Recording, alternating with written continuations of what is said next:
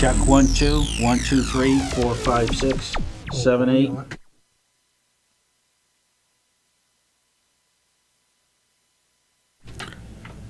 And good evening. You're on the open mic with Bill Masick and Bill Ellis. How are you, Bill? I'm doing good, Will. How are you doing tonight? Good, good.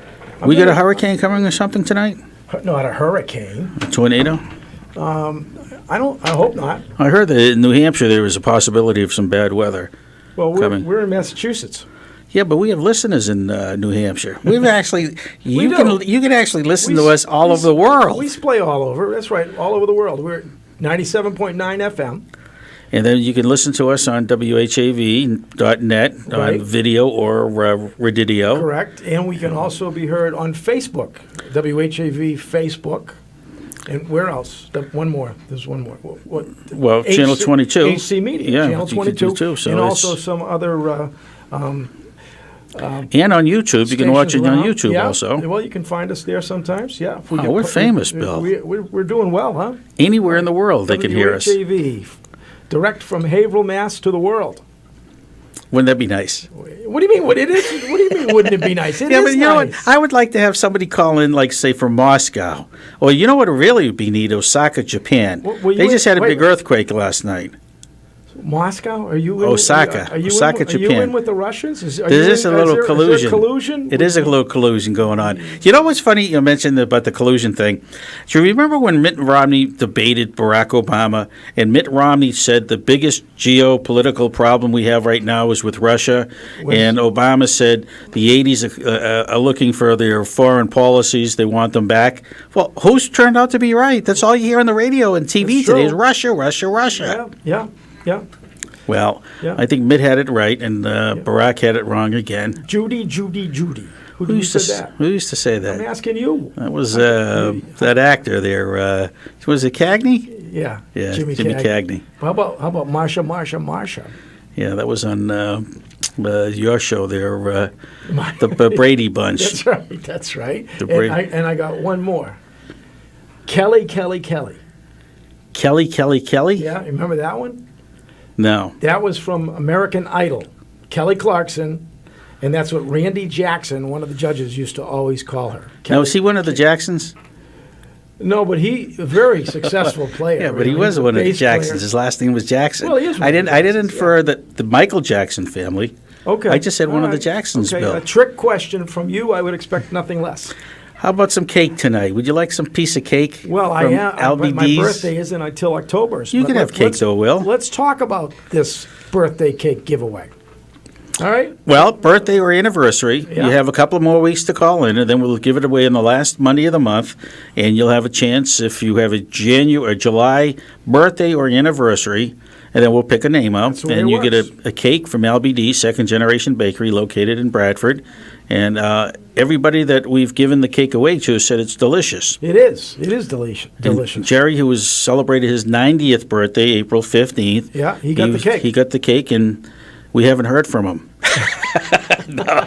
Jerry, call in, because he told us that, no, the cake was delicious. He did. Yes, he did. So, All right. So listen, we have a couple of really interesting guests coming up this evening. We have in our first hour, we have a couple of people coming in from Emmaus. They have this big riding event called Cycle for Shelter. And they've been doing it for like 29 years, but that's going to be happening very soon. And we'll give all the details on that. We'll talk about some other stuff. Margot, Regan, and Gretchen Arntz from Emmaus will be coming in. And I think we'll have a lot to talk about because they do a lot of things in the city and for the city. And then in our second hour, we have another congressional candidate. I think we're winding it down to having almost all of them in. It will be Alexandra Chandler, and she's from Haverhill, and she has very interesting stories to tell. We'll just put should it be that way. interesting. Yes, Yep. I was reading a little bit of her bio and her involvement up in North Korea with nuclear proliferation. Right. So it'll be interesting to see that. And she is transgender, and if Right. she gets elected, it'll be the first transgender candidate to ever make it into Congress. That is correct. So there's a lot of historic Well, promise could be a lot on the of- yeah, horizon here yeah. in the state of Massachusetts, Yeah. their congressional district. And we've invited these candidates back for another shot. We will. We'll Yeah. try to get as many in as we can before the September 4th. Yeah. That's the It's primary. It's a primary, but in a lot of ways, it could be almost like a final. The chance of a Republican winning that right. congressional seat is nil. Right. So the Democrat that finishes on top in September most likely will go on to victory in November. Yeah, I would say there's a good possibility of that. Right. What do you see happening in November, Will? Do you see a red wave or a blue wave? I don't know. I think I think the waves are pretty much established, and probably purple waves in a lot of areas. Purple wave? Purple waves. Yeah. That sounds like It's a song combination from of some Jimi red, Hendrix. Some red, some blue. I mean, I think Yeah. our governor is. You'd say he's a red wave, but I think that he's more of a purple wave. He leans to both sides as he feels is correct, and it's kind of what I do. You know, Well, you I pick think the he's issues, I think pick he's the- catering to the Democrats because he wants to get reelected. Well, you know. And they'll look at him But and they'll say he's the a most rhino. popular- he's the most popular governor in the country, though. Well, because he's very uncontroversial. I mean, take a look at him. He looks like the Abdow's Big Boy character, Well, just as an about elected 6 feet official, tall. Aren't you supposed to kind of try to weigh and measure what the people in the state, or even my case in the city, what they would like to see happen? And he's doing what they like to see Right. happen. So- the unemployment rate's 3.5%, Bill. That's the lowest it's been Right. in decades. So I think we're And the good. economy is good. So with that all being behind him, how could he, unless he has some sort of a major scandal that's going to take place, and he doesn't seem like the scandalous type. He doesn't seem like No, the he's guy not. that's going to have an No. indiscretion or steal. No. So he comes across as prim and proper. It's Charlie. How can you not like Charlie? Charlie. Well, remember in the land of the misfit toys, Charlie in the Box? Yeah. Yeah, it was supposed to be Jack in the Box, but it was Charlie in the Yeah. Box. But Anyway, he's hey, got you a know great what? image. We have guests coming on, and we usually try to get to them around 6:15. So why don't we take our break now? Sounds And good. when we come back, hopefully our guests have arrived, and we'll escort them into the studios while people are listening to some really fantastic messages that they should listen to every word. What'd you do, cut these messages? No, Is it your I voice? did not. No. Well, I know how narcissistic All you right, are. we're just beginning here on the new open mic on WHAV 97.9 FM. Bill Masek and the new open mic will be right back. Get in on the action. Call 978-374-1900. If you're enjoying this program, consider becoming a WHAV member right now. Just click on the membership tab at WHAV.net. That we deliberate and achieve with wisdom and understanding, recognizing the rights of all of our citizens with full regard for the dignity and justice of the individual. Each week, WHAV News brings you live gavel-to-gavel coverage of the Haverhill City Council.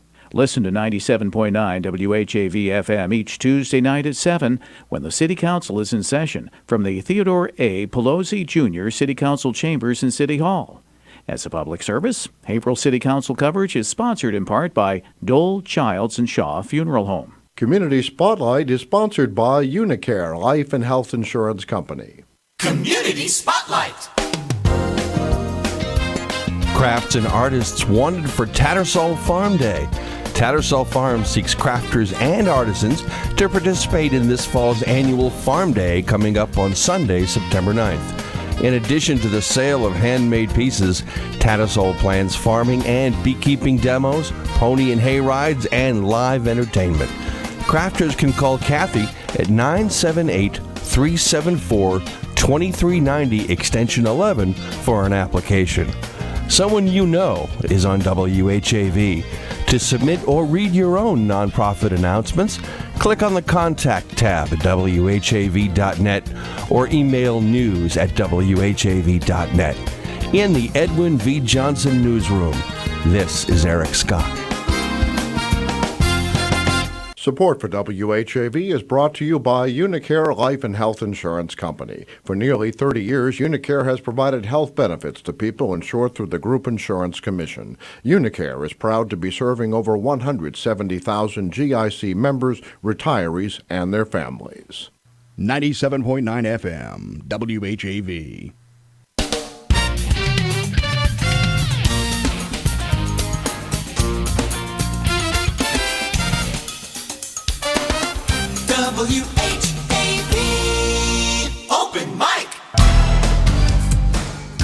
Edwin V. Johnson Newsroom, 97.9 WHAV FM presents the new Open Mic Show with Bill Masek.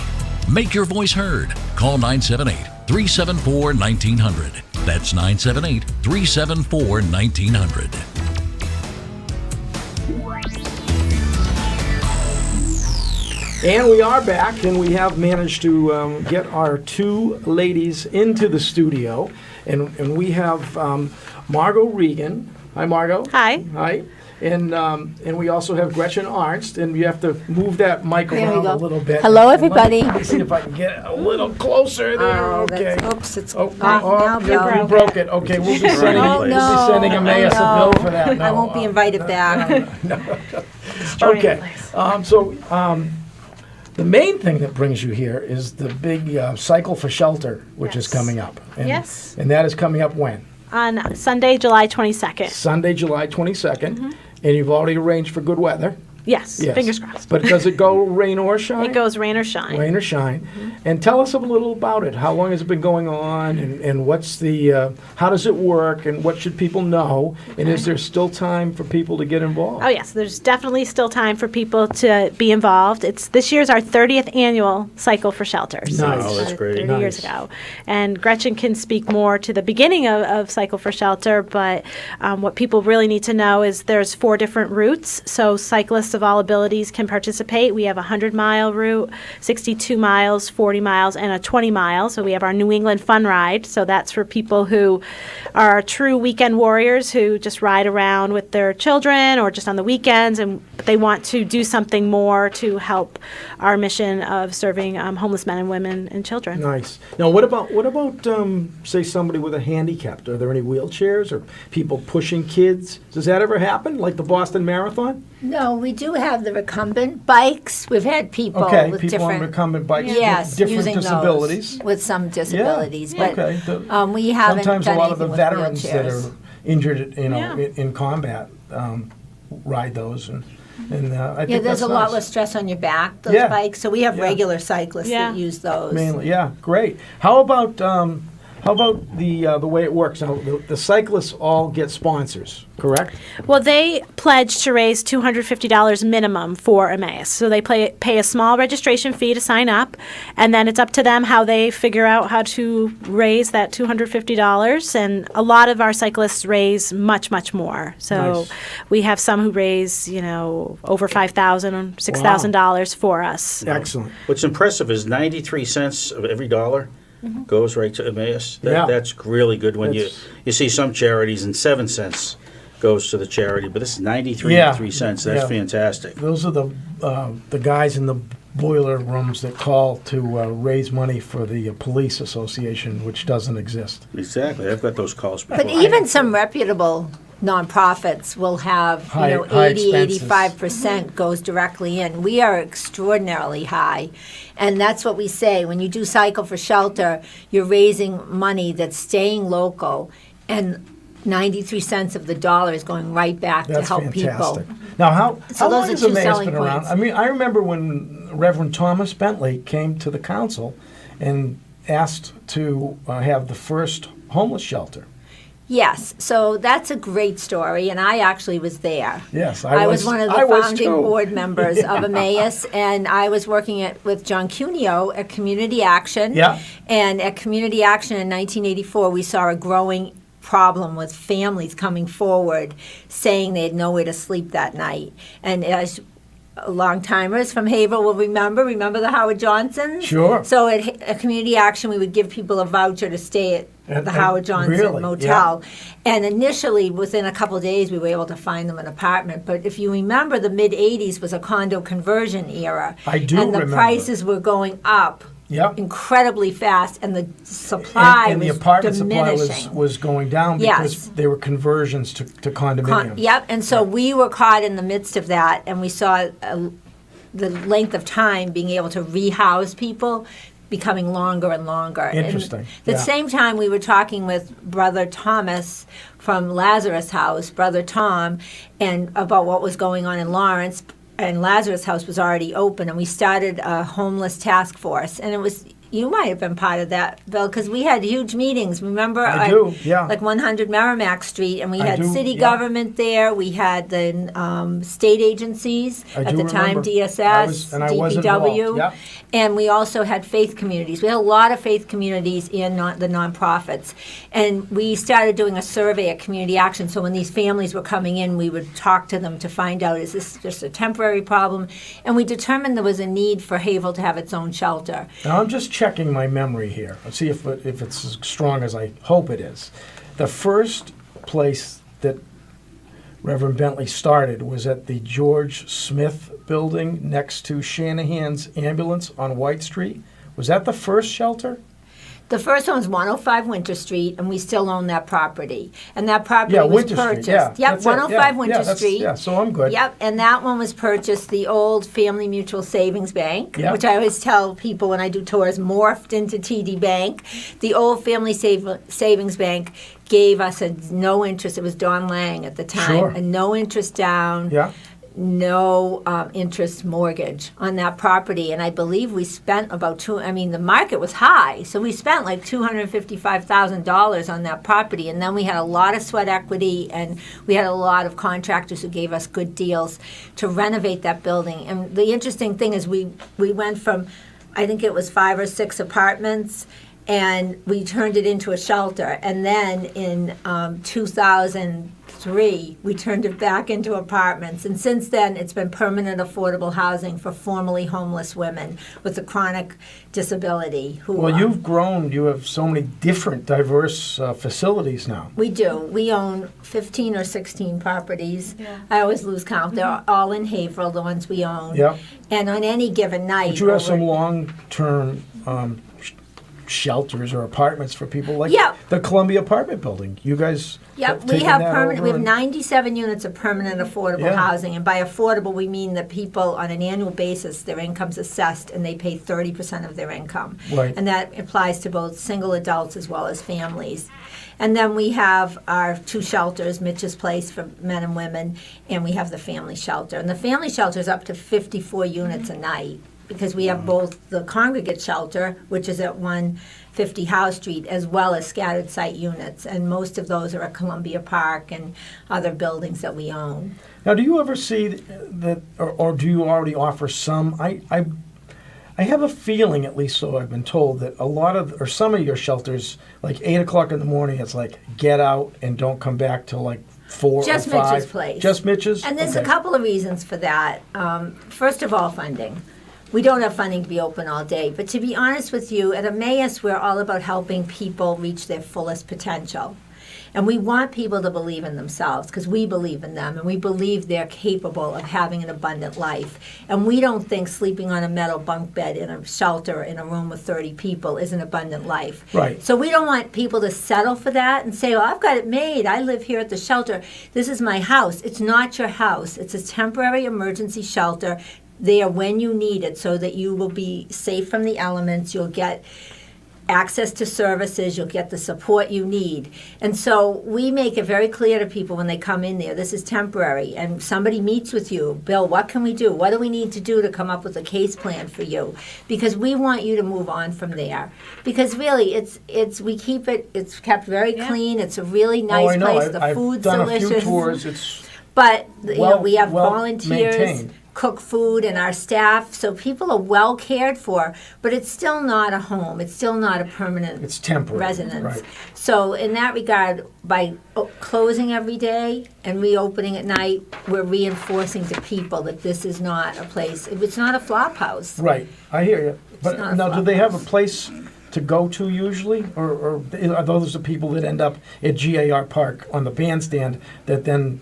No, people think our people, the ones at JR Park. Our people are at the Community Action Drop-In Center. They're at Common Grounds. They're working. They're also at the Salvation Army for lunch or Joyful Ladle. Our folks, people who are at GA Park, a lot of those folks are low-income people or just people who live in the area who perhaps are lonely and just come out. Like they're not, a lot of times people assume, oh, those must be the homeless people, and that's Okay. not the case. So you mentioned some of the other alternative day places, Common Yes, Ground, that we which work are another very closely great, with. well-done facility. And we so. work very closely with them. We're in really, in the city, I mean, we're in constant contact with the Citizen Center, too, in the winter emergencies, or, today the heat was getting bad. In the summer, when it gets really bad, we stay open. We stay open in the winter at Mitch's Place, and we're constantly talking to the city. We're talking to Vinnie Willette. We're, communicating with people so that the city, I always say, we really, in a way, even though people may not see it this way, we save the city a lot of money because a lot of our folks would be in protective custody in the jail. And how do we do for you? Are we okay as a community to be in? It's a fabulous community to be in. Haverhill's been Now, great. do you go out to try to find people like on a very cold night, or do people have to come to you? We work with the police. Yeah. The police really help us. We don't have staff with a van. We don't have that kind of outreach mission. But the Haverhill Police and other emergency service providers, Trinity Ambulance, they all know we're there. And we get drop-offs a lot. Now, you folks helped over 3,000 people last year. That's great. It really is great. When you take a look at it, all those people, and I think it was half of them were children. More than half. Yeah, more than half. And what With would have children. happened if you weren't there to help these people out? Well, I think we know that families, their situations are really risky before they get into a reputable, safe shelter. They're sleeping on couches, they're being bounced around because, you have a family stay with you for 3 or 4 nights. You're like, okay, it's time for you to move on. So the kids are really at risk. They're at risk for child abuse. Right. They're not getting educated because they're probably missing a lot of school because they're bouncing around. Families sleep in their cars. They sleep in bus terminals. For a while there were a lot of families, and I'm talking beyond Haverhill, in Massachusetts, who were going to the emergency rooms of hospitals to get help, to get access to getting shelter.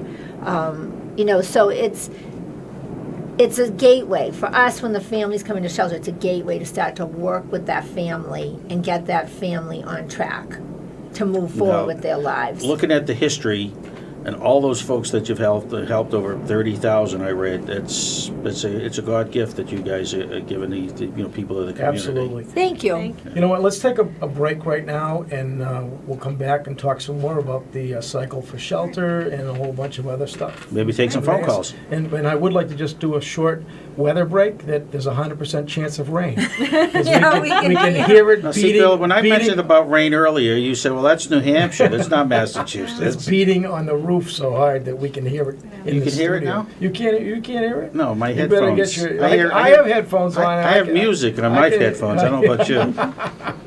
All right.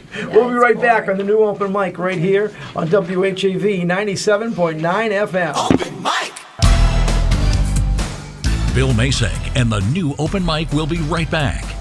Get in on the action. Call 978-374-1900. If you're enjoying this program, consider becoming a WHAV member right now. Just click on the membership tab at WHAV.net. It's 6:29. Catch the wave. Would it surprise you to know radio still reaches more than 90% of people in every age group every week? It's a fact. And 97.9 WHAV FM's target audience averages 92%. While other media are cutting back, area residents turn to WHAV for local news, information, and entertainment they cannot find elsewhere. Add what has been called the halo effect of public radio, and listeners find business messages more credible and trustworthy than other forms of advertising. For a no-obligation assessment about how WHAV can help your business reach more people than all other local media combined, call 978-374-1900 or visit WHAV.net. Wave weather. Here's the wave weather forecast for Haverhill and the Merrimack Valley. For tonight, becoming partly cloudy late with showers and scattered thunderstorms, low in the upper 60s. Southwest winds at 5 to 10 miles per hour. Tuesday, mostly sunny with a chance of scattered morning showers, high in the lower 80s, low in the mid to upper 50s. And the outlook for Wednesday, partly to mostly sunny skies, high in the mid 80s, low in the upper 50s. I'm WHAV meteorologist Jim Vaughn. Your next wave weather in 30 minutes. Broadcasting on the Armstrong FM system. This is 97.9 WHAV.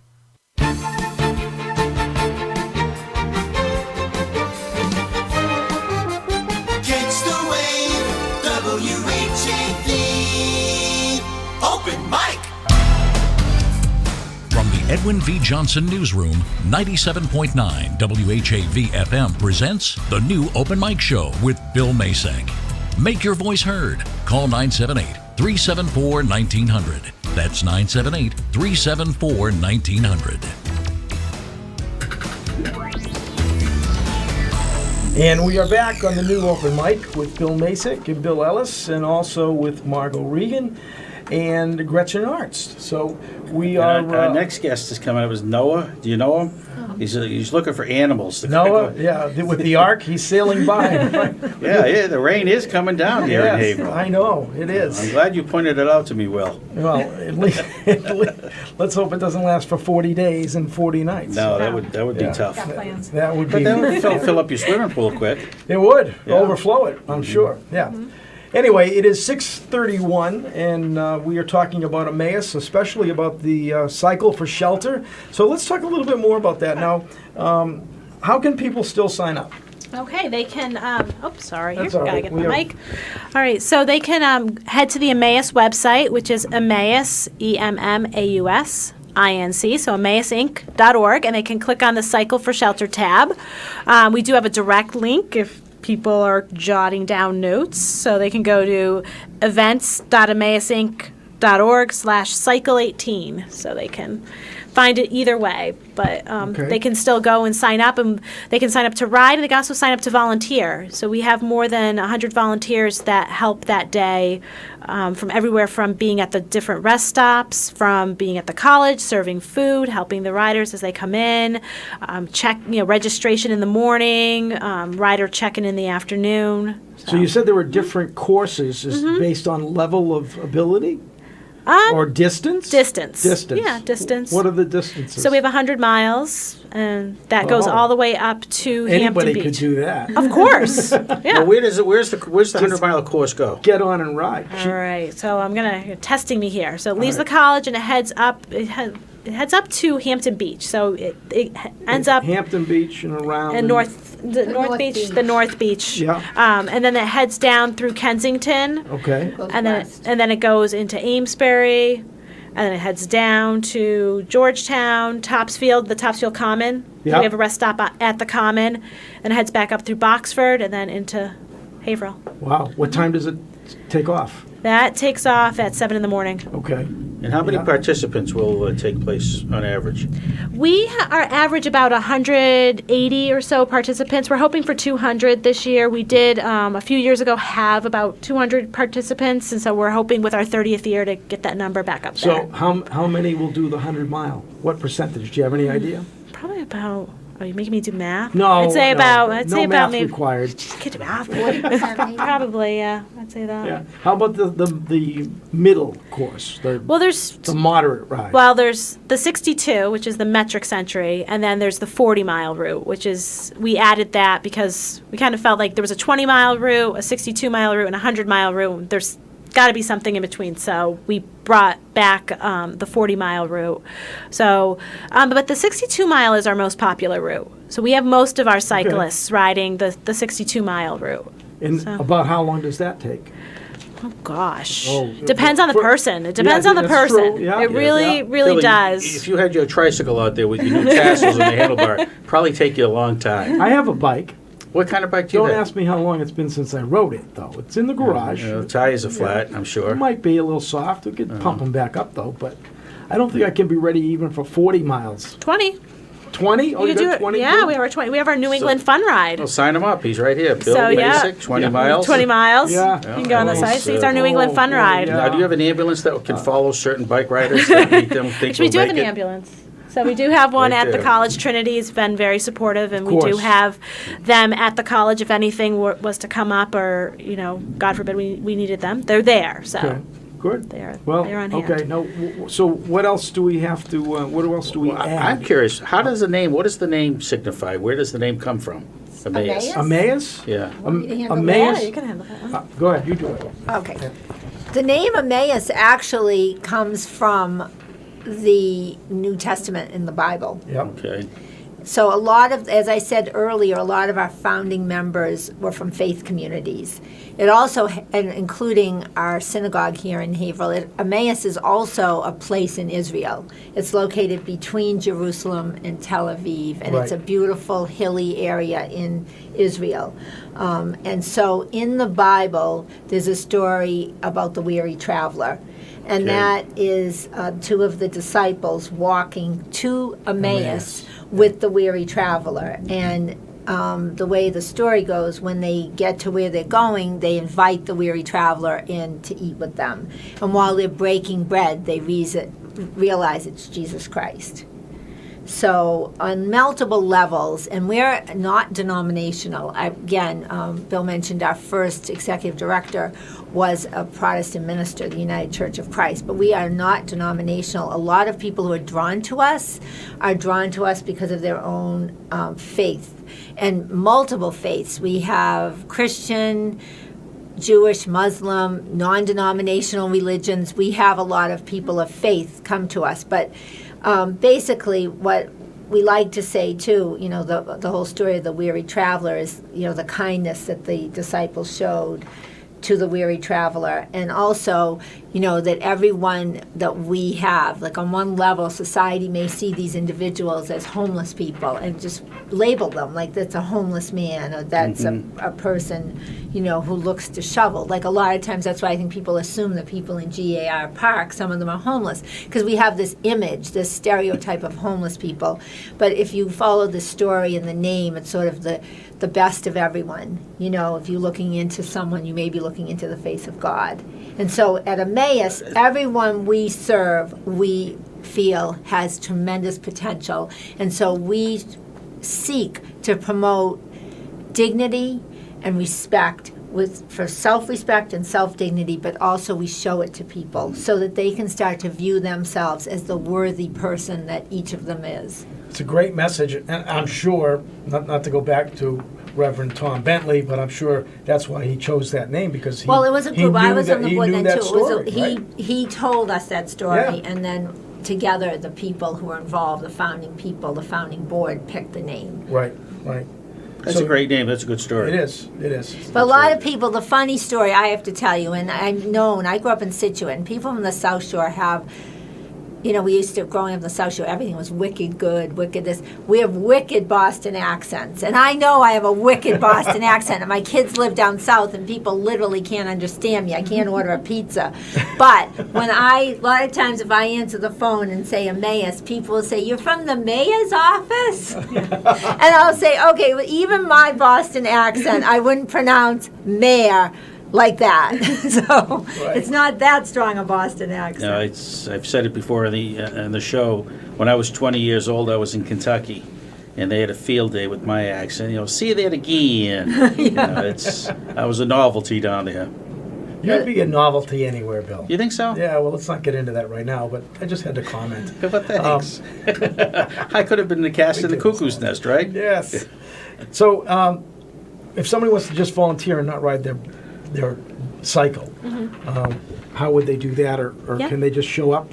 No, we'd like to know in advance, so we can properly put them in whatever role best fits them or their time frame that day. But they can go right to that same registration page, and they'll see the options for all the different different routes. And at the bottom it says volunteer, and they just click on that.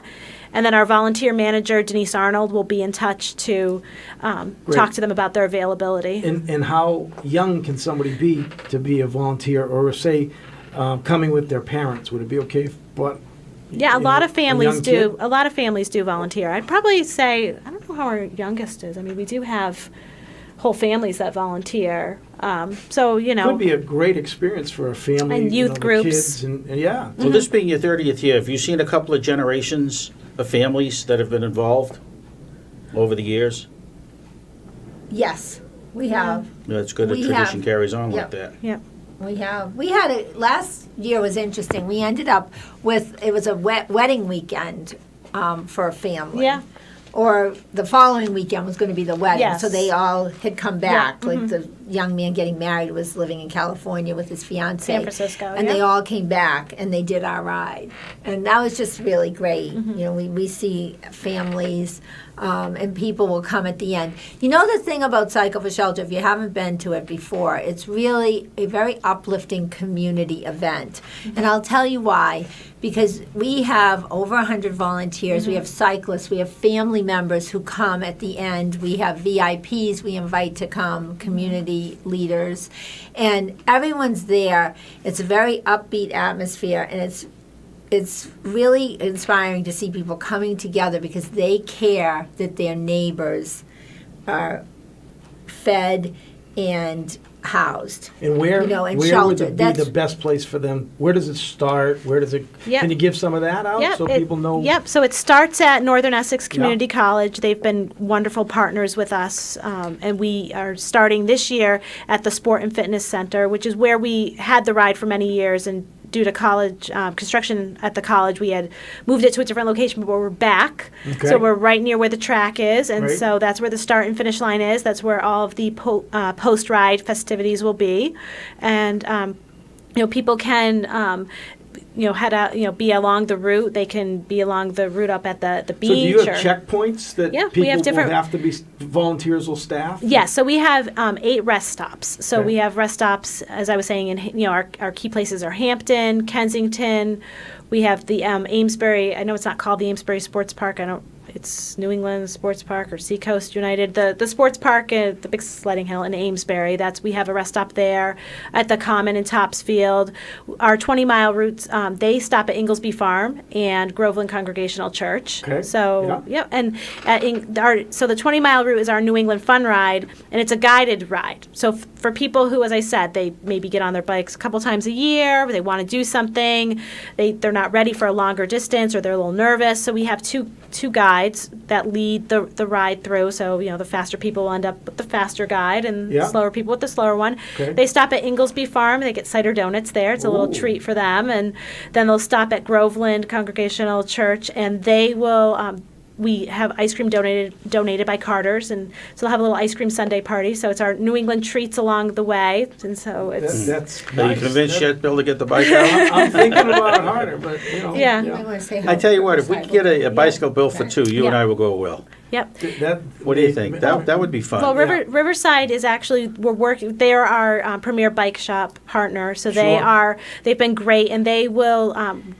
Rent bikes at a discounted rate of $15, and so you just deliver them to the college. So they'll be there. So you just need to work with them. Either go in there if you can and get fitted for the bike, or a lot of people send over their height and everything, and they bring the bikes right there. And after 30 years, you got it pretty much figured out. Don't Sounds you? like it. Yeah, that's great. I hope so. Now, like in the 100-mile bike ride, do they have it is it competitive at all? Do you have a prize that you give first place, or is it all like leisurely? Yeah, it's a ride, not a race. So we Okay. stress that. So there are people who go out there and in their mind, it's a race. And so they'll ride as fast as they can, or won't stop at certain rest stops. But for the most, the majority of everybody involved knows that it's a ride, and they really take advantage of the really scenic route, stopping at the beach, stopping at the different rest stops. We have different party themes planned for all of our rest stops this year because it's a big party, 30 years. That's so cool. That's there'll cool. be a different theme at every rest stop with some different little treats along the But way. there must be some people that take it more serious. They want to be first, or they want to be, in the top 3, or right? Yep. Yeah, Do we you don't. roll out the finish tape? No, you don't Well, have that. Billy, not everybody's like you. breaking the tape. The donut shop We is cheer. competitive. We cheer for every rider Yeah. that comes through Good. because they've accomplished something that is for them. That's a personal accomplishment. But Yeah. if they're first, that's No, that's great, good. good for That's them. good. But Yeah. I mean, it's whatever anybody can do. I mean, we have people who really push themselves, and they're the last people to come in, but they've achieved But something. they've achieved something, of course. Yeah, I agree. That's and very we nice. have a tremendous amount of support on our ride. I'm sure you do. What's there to complain about, right? You got it all figured out, and it works, and it's all positive, and everybody thinks positive about whatever's going on. So that it's a great thing. It's the Emmaus Cycle for Shelter. They can go on Emmaus Inc.org, and they can find out that way. And they can also, there's a special site. We'll talk about that before we let you go. Can you stay till 7? Sure. Okay. We're going to take a short break right now, and then we'll be back, and we will go right up until 7 talking about the Cycle for Shelter and more Emmaus stuff right here on the new Open Mic on WHAV 97.9 FM. Open Mic! Bill Masek and the new Open Mic will be right back. Get in on the action. Call 978-374-1900. If you're enjoying this program, consider becoming a WHAV member right now. Just click on the membership tab at WHAV.net. Those Boston stations don't always understand weather in the Merrimack Valley. Stay informed with WAVE weather every 30 minutes, 24 hours a day on Soft Gold WHAV. Catch the wave!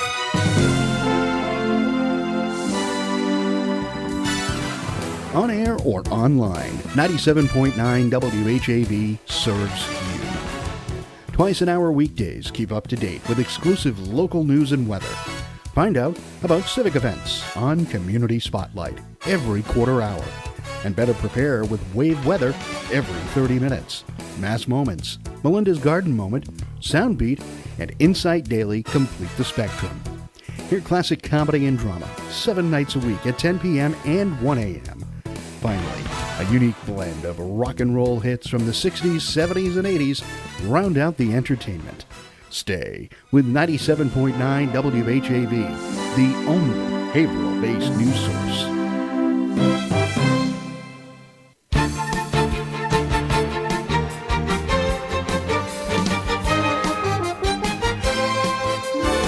WHAV Open Mic!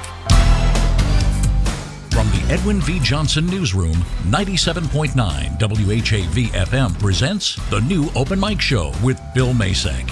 Make your voice heard. Call 978-374-1900. That's 978-374-1900. And yes, thank you for announcing our phone number, Mr. Announcer. We can call in if you have a question or a comment that you would like to make about the Cycle for Shelter or anything else about Emmaus. If you have something good to say, call in. If you don't call. 978-374-1900. I'm sure nobody can say anything bad. You thank that announcer, but yet he doesn't pronounce your name properly. He says no, he doesn't. But it's paid for. And maybe Billy, you're pronouncing it wrong, and he knows you it think right. That's what? Yeah. I would think that's probably the case. But you know what? It's okay. People have been mispronouncing my legal name my whole life. So why should it end now? I know what your motto is. I don't care what you call me. Just don't call me late for dinner. Used to be. Yeah. Yeah. Anyway, Cycle for Shelter sponsorships, Yeah. right? Who should we kind of shout out to for thank yous? Yep, we should definitely, our presenting sponsors are Merrimack Valley Credit Union, International Cars, and the United Way of Mass Bay. So they are our big event presenting sponsors this year. Riverside Cycle, as I said, we can't say enough about them. They've been wonderful. They're our premier bike shop partner. If you go in there and they'll make sure you're all set for the ride. They're actually hosting our packet pickup party for the 3rd year in a row. So the day before Cycle for Shelter, people who are local can come up and grab their packets, their numbers, all the information they'll need for the ride the day before the ride, so they can sleep in maybe an extra 5 minutes the day of the ride. We also have WHAV's been a great supporter. They're our media Good to hear. sponsor. They've been a great supporter. And we also have TD Bank, Anna Jakes Hospital, Haverhill Bank, the Savings Bank, lots of banks, ProX Physical Therapy. They're going to be on board again. They do sports stretching at the end. So when you're crossing that finish line, you're a little sore, they'll work out the kinks. And Active Med is also, they're on board. And Wow. we also have at the post-event cookout, we have so many local restaurants and food providers that are donating yeah. their food and product. We have Longhorn Steakhouse, Panera up in Plastow, Cedars, Chicken Connection. I'm thinking here, Texas Roadhouse, Uno's. Wow. Yep. So we have. We got to go, Will. It's Sounds like it. Oh, Biggert's is going to be there with their slush cart, which is a big hit with all the younger sure. the younger Yeah. people there. So good Biggert's stuff. is there with the slush cart. Yeah, for young and old. Yeah, and Romano's is actually supporting the packet pickup party. So they'll be. Well, you So, yeah. certainly. Now, if people want to made your rent a bike. connections. You said it was $15. Do they contact the bike shop directly, or do they contact you folks? They can contact the bike shop, so they can reach out to Kurt at Riverside and Haverhill and work Is there with a them. link or a phone number if they go on your site to be able to find their number? If our website has a link, like their sponsor logo's up there, and if they click on it, it brings them to the Riverside webpage. So Okay. yes, so they should be able to. And $15 for the day, that's pretty cheap. Yeah, that's great. And they So- pick it, they deliver They it. deliver it. That's So you don't have to key. get there to get it. Right. Because a lot of people who are the weekend warriors, they don't have the bike racks or anything to really transport the bikes. Right. They just ride around their neighborhood or, so Now, have you girls ever ridden? I ride. I'm a cyclist, but I haven't ridden in this event because there's so much organizing. We organize this the whole year. Yeah. And Margot's done an amazing job. And the day of, we have a whole, I was saying before we went to break that we have a lot of support. We have a huge network of ham radio operators and one volunteer, Ed Parrish, who's done that for years for the Mass Challenge and other rides. And so we have this room at Northern Essex Community College, like Neck Control, where there's maps everywhere maps. and weather maps. And so there's this big system of how to track, and two ham radio clubs support us. Now, the ham radio, do they just, broadcast something in this area? Or how does that work with the ham operators? Put up a repeater, right? Yeah, they put up a repeater. So they set that up in the morning, but there's actually a ham radio operator at every rest stop. Okay. So they communicate back and forth. So the two there's two radio operators at the college, and they're constantly talking back and forth, and they're saying when the first riders are arriving at Kensington, and then they're leaving, and this rider is over here, and they're clear with this, so they log it all in. So we pretty much can. Now, if somebody track it signs right. up and they don't finish, do you go look for them? We do. We will Yeah. make sure that everybody checks in. So we have volunteers that, we have a rider check-in table. A lot of the cyclists are great. They'll stop in. They'll say they've made it back. A lot of them will just ride by and we'll write down their bib number. But if we don't hear from them, or if they go right to their car, or if they decide halfway through, I'm going to just ride home, or Right. I will track them down and find them. We make sure everybody is accounted for. So looking at the goodies, you could actually ride 100 miles and stop at every pit stop and gain weight. Yeah, we've been told that this is the one ride that people do that, and they actually gain weight. It's great though. Great food. Have you ever had any celebrities, any of notable people that have ridden? The mayor? For May, I was going to say mayor? the mayor rode a couple Colin. years ago, and Colin. Colin LePage and Tim Tim Jordan. Jordan. Tim has been our biggest He's been a regular fundraiser for for a several long time. years. Yeah, our biggest. one Any of our city biggest. councilors have ridden at all? Those are Well, Tim, Colin, and Tim and Colin. Oh, okay, yep. And the mayor. Yeah. Any city council that's been on for a long period of time? Tim Jordan. Oh, you're talking about this one. Tim here. Oh, you know about him. We're getting Yeah. at. We're trying to get you out on the course, Will.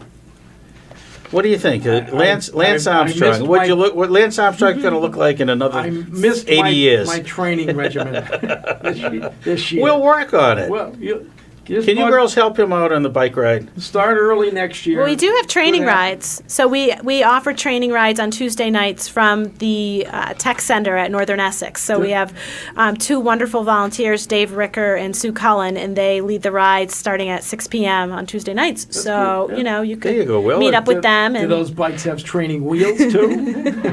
no, they don't. No. But yes. I think Bill might need that, though.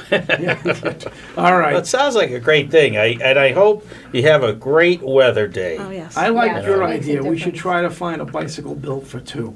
I would love to do that with you. We've- Yeah. Now, You can think- me they being might have one. the lesser Riverside half might of the have show, one. would I have to be in the tail end? or would you let me ride up front? We'll figure it out. Because I would try to find a lot of hills to I'd slide like to just down and be go, able to whee! see. I'd like to be able to see where I'm going. Oh, not where you've been? Well, that would be great if the backside, you face the opposite direction. Now, that's unique. We should try to invent something like that. No, but on the serious You're side. just too creative here. Well, go ahead. You had something stupid to say? No, nothing stupid. I was going to. We're running out of time, and I want to make sure that we give. Well, I just want all the plugs I just we want to can. commend these gals for what they're doing. I think it's really good. Absolutely, it is fantastic, and Emmaus does good stuff. What do you have coming up before we jump into rediscussing the cycle for shelter? Yep. What else do you have coming up that people should be aware of? So we have our annual Paving the Road Home Breakfast coming up in October. Yes, October 4th. And that, last year we moved the breakfast to Northern Essex Community College. And we had a great experience there in the tech center. And the breakfast is a great opportunity for people to learn more. Like, everybody thinks they know what Emmaus does until you either come to our breakfast or come on what we call the road home tours. We offer tours twice a month. The first Tuesday of the month at 8 a.m., they're 1-hour tours, or the second Wednesday of the month at 4 p.m. And when people come on those tours, and I run a lot of them, to a person, people will say, I didn't know you did that, or I didn't know, I thought you were this, I thought you were just the shelter, or I didn't know you provided all these housing stabilization services to help keep people housed, or I didn't know you did case management for people in housing who need that extra support. So the breakfast is also an opportunity to learn a little bit more about what we do. And Janine Murphy, our executive director, gives a talk and really gives a broader view of the issues facing, of course, we're here in Massachusetts, so a lot of times it's facing our Commonwealth and what the Commonwealth is doing to really combat homelessness, because homelessness is driven, obviously, by high housing costs. Right. And that's something homes affordable. We need affordable apartments. we have one of the most expensive parts of the country to live in, and that's a huge area of concern because no matter what we do to get people employed, it's very hard to get them jobs that they can make a livable wage with the cost of housing if and it's be not able to afford subsidized. the rents of today. Right. Yeah. Yeah. It is expensive. It's something like the index in Massachusetts, I think it's $29 an hour. At a minimum 29, wage yeah. job. Yep. I'm sorry, $29 an hour, or you'd have to work 80 or 90 hours at minimum wage. 104. Wow. 104 hours at minimum for wage. the average rent. Yep. So that you could still Afford. have food and so it's affordable. clothing, and so it's affordable. Because the sad reality is that a lot of people are paying 100% of their income to try to keep a roof over their head. Are there government programs to assist? There are government programs. Of course, the number of vouchers are always fewer than the people that need them. And that's the caveat. That's the tough part. And that's why some people end up staying in shelter longer than we'd like, because there's just no way to get them out of there. Yeah. And we try everything. We try apartment sharing. But imagine that when your kids were young. I have 2 daughters who are in their 20s. It's not as easy as it sounds. Like Margot and I, remember the old TV show Kate and Allie, and they made it look like fun. The reality is it's really hard to blend families, to move to housing together. And obviously, there's also occupancy permits and I just heard about occupancy that limits. apartment So you sharing. can't just I have just heard about 10 that. people living together. But it doesn't like work. in New York and Chicago, they're already breaking up apartments so that people just have a room, and they even cut a bedroom out of the living room, they said. Right. And they have a They do very, that in Boston, very too. small, but probably in Boston too. And because people can't afford to rent an apartment even with normal sharing, so now they've got a new way of cutting it up with people they don't even know that rent a room and have commonality to the kitchen and the living room. Bill, Hey, if you and I we shared a got- living space, it'd be wait, like wait. Oscar and Felix. We got to There you go. wrap it up on the cycle for shelter here. Do you want to go over some of the highlights again, Yeah. Margot? Yep. And let people know Yep. all about your big event coming up? It's Sunday, July 22nd, rain or shine, and we're hoping for the shine. And it's not too late to sign up to ride, volunteer, sponsor. We, would love as many people as possible to be part of the 30th annual event. And they can find more information on our website, emmausinc.org, or they can go to Let me find the exact link here. It's events.emausinc.org/cycle18. So that's the direct website, and they can just go there, or they can give a call to me at Emmaus, and we can get them started. Sounds great. Thank you for coming in. Thank you. And It was fun. Margot Regan and Gretchen Arntz from Emmaus. And don't forget about Cycle for Shelter coming up on July 22nd. And just go to the website or even call WHAV. We'll direct you if we have to. I'm sure Tim will or anybody else here to help you guys out.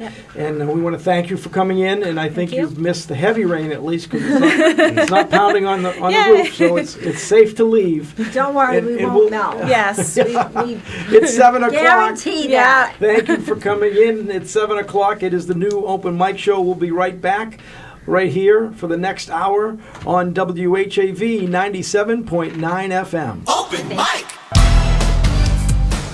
Bill Masek and the new open mic will be right back. Get in on the action. Call 978-374-1900. If you're enjoying this program, consider becoming a WHAV member right now. Just click on the membership tab at WHAV.net. It's 7:01.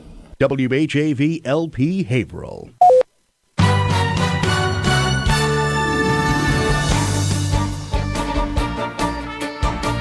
Here's what's happening in local news. With WHAV weather predicting high temperatures in the 90s, Haverhill Public Schools are scheduled to observe half-days on Monday.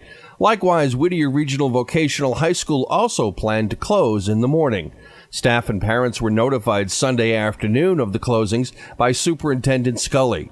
By noontime tomorrow, some schools are going to be dealing with oppressive heat, Scully wrote.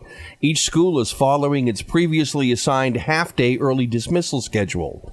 The superintendent advised parents to check individual school calendars for specific early dismissal times. Whittier Tech planned to send students home after the fourth period, about 10:45 a.m. Whittier's final exams will still take place as scheduled starting Tuesday.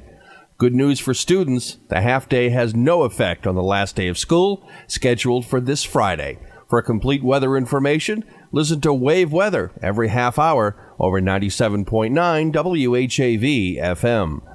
Haverhill police responded to a call of shots fired late Friday in the area of 45 Fifth Avenue after gunfire that left a man with, as police describe, non-fatal but serious injuries. According to police spokesperson Captain Robert Pistone, the unidentified victim was first treated at a local hospital, then taken to a Boston hospital following the 11:30 p.m. shooting. The incident, which comes a month after back-to-back murders of city men Jeffrey Larkin and Nike Cologne, remains under investigation.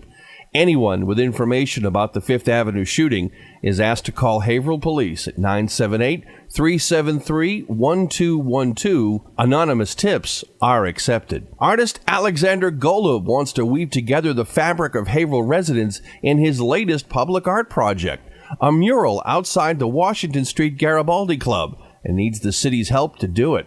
Commissioned to create a 1,600-square-foot piece highlighting Haverhill's immigrant history, Boston-based Golub isn't just seeking monetary donations to get the project off the ground. As the artist tells WHAV, Haverhill community members' ancestral history plays a central role. The Garibaldi Club mural concept, we looked at what's going on in Haverhill, right? You know, there's a lot of tension in terms of representation, but there's also a lot of shared humanity, and there's a lot of shared experiences. To that end, Golub, who worked alongside City Council Vice President Thomas Sullivan to bring the art to Haverhill, plans to take neighbors' family photographs and paint them into the mural.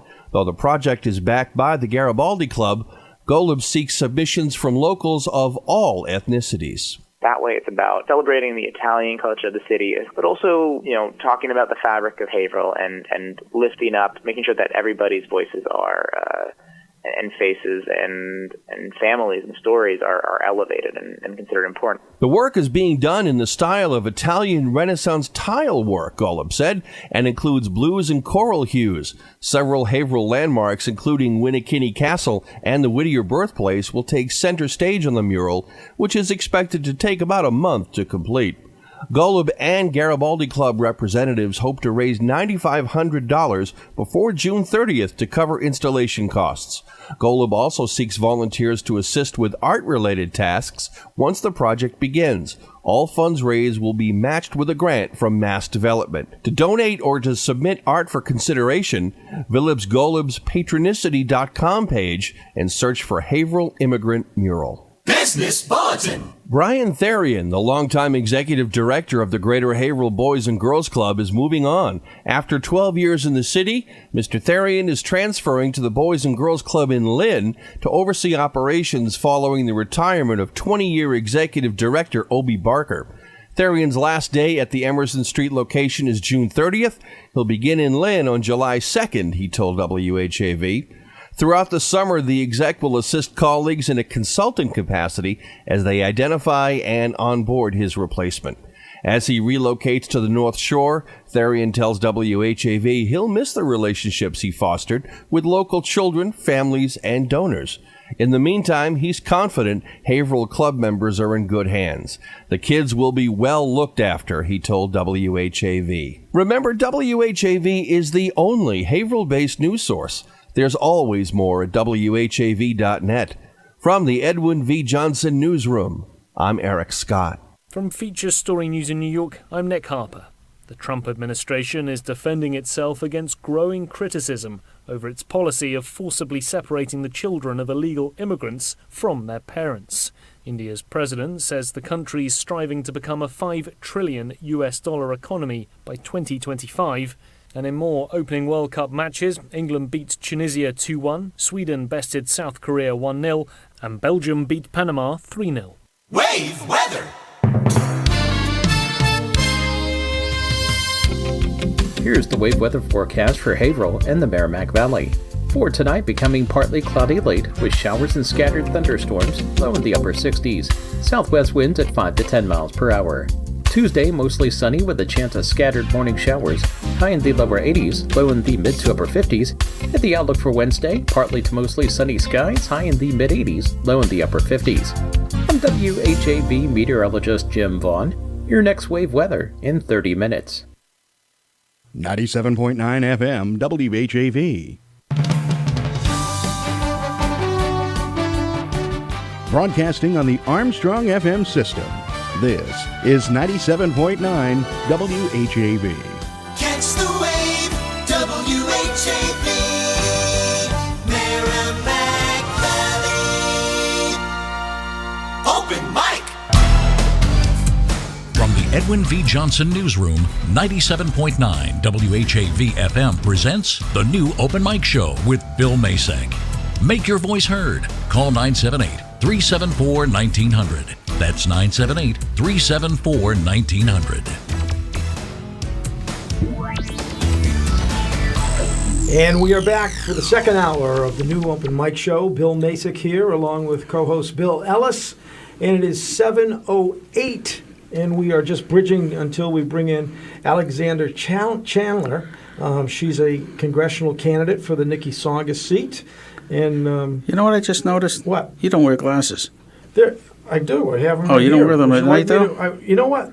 You would look distinguished with glasses on. I wear them all. You know what you would really look good is with an eye patch. Yes, Captain Bill. That would be it. Yes. So, Will, we just had some bad weather, but it passed. I got my glasses on. Do I look more distinguished? You do look distinguished. Yeah? Because I don't really need them for up close. I have what most people don't have. I'm nearsighted, not farsighted. So I can see a million miles away. You put something under my nose. I'm blind to it. I wear them, when I look at something distant, the beautiful mountains, hills, and valleys. I need my glasses. But even then I can see them. They're just maybe in what I will call soft focus rather than really sharp that I can see every leaf or something in definition. Now, what causes that with the eyes? The shape of your eyeball. So yours is different than mine. Mine's changing. Mine's actually gotten better. Really? Yeah. As you now, if you take your glasses off and just try to concentrate, does that help with the muscles? I don't know. I don't have eye exercises, Bill. I just happen to go with what I got. We'll make believe I'm the eye doctor. Stare at me, Bill. Focus. It's. I take them off. I can see you just fine. Oh, that's good. That's I appreciate that, And Will. I can read without the glasses, and I don't even require them to drive. I can pass the driver's test without glasses. So Now, see, the magnification... But these are also, they've got almost clear glass or clear glass in the bottom. They're not, they don't look like bifocals, but they're Ben Franklin invented the bifocals. yeah. See, the magnification on my glasses, Will, you look like Pinocchio. Well, you look like Karl Malden. Remember Karl Malden? Yeah. Remember his schnozzola that he had? Yeah. Now, who used to say schnozzola? Jimmy Durante. Jimmy Durante, he's Yeah, right. yeah. Good night, Mrs. Calabash, wherever you are. It's 7:10. We got a couple more minutes of this bridge to our next guest here at the new open mic show. Well, the political season's if getting hot. anybody has any questions, they should get to their phones now and call in 978-374-1900. We are going to have a very interesting guest, Alexandra Chandler. She's from Haverhill, and she's looking to win Nikki Songus' seat. And as I said earlier, and I would even say it if she were here, I think it's very important that she win in September 4th. It's a Tuesday. It's early this year. That's the primary election. And she's running as a Democrat, and I think the Democratic victor will probably go on in November to win the seat just because of the nature of the makeup of the voters. We were talking earlier today, Billy, about California, a possible vote to break the state into three portions. Yeah, they call it C3, California 3. They'll have the Los Angeles area, a little bit north or south, will be California. Mm-hmm. Then they'll have Northern California and Southern California. What do you think? Think it has a chance? They say no. They say it only has about a 17% popularity statewide. So, what's the benefit to it? Well, I think certain people in the state. Well, it was all funded by a billionaire who wanted to break the state up because he doesn't like the way the state in total thinks and votes. So he wanted to break it up because I think there are more what we'll call moderates or conservatives in the North and South California sections than there is in the central, what will be California, but I don't think it's going to pass. The other interesting thing it would create, which I haven't really thought out much, but havoc with the flag. You would get you'd have to get a new flag, unless we could find two states that just wanted to go on their own. They could volunteer to leave. Which two states do you think would be best gone? I'm just joking. I really didn't mean that. And then the other thing is you're going to get more. You'd have to change the number of senators. Would have 54. Another 4. I'm sorry. So 104. Right. And we would also have more representatives, but not many more of those because we already have the representative districts. The population. Right, so maybe we wouldn't have to change those, but it's the senators that would shift. So all of that, and can they just decide, or doesn't the Congress has to decide? I would think. Yeah, I would think that the U.S. government might have something to say about it. They have also talked about becoming their own state. Mm-hmm. Yeah. So we can talk about that some other night because right now we have to take a break and then we have to bring in our guest. And right here on the new open mic show, we're going to pause for just a word from some very important people and messages. And then we'll be right back on the new open mic on WHAV 97.9 FM. Open mic! Bill Masek and the new open mic will be right back. Get in on the action. Call 978-374-1900. If you're enjoying this program, consider becoming a WHAV member right now. Just click on the membership tab at WHAV.net.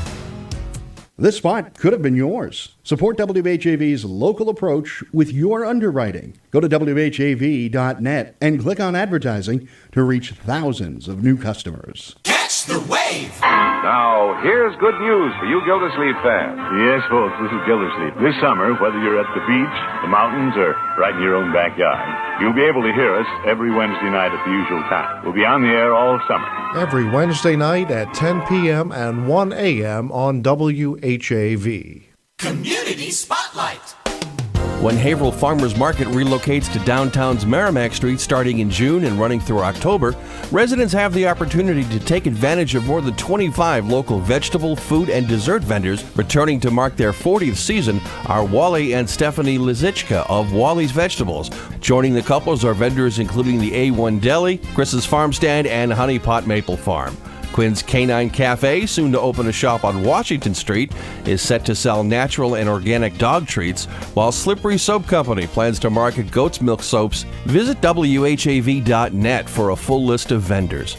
Someone you know is on WHAV. To submit or read your own nonprofit announcements, click on the Contact tab at WHAV.net or email news@WHAV.net. In the Edwin V. Johnson Newsroom, I'm Eric Scott. Open mic. From the Edwin V. Johnson Newsroom, 97.9 WHAV FM presents the new Open Mic Show with Bill Masek. Make your voice heard. Call 978-374-1900. That's 978-374-1900.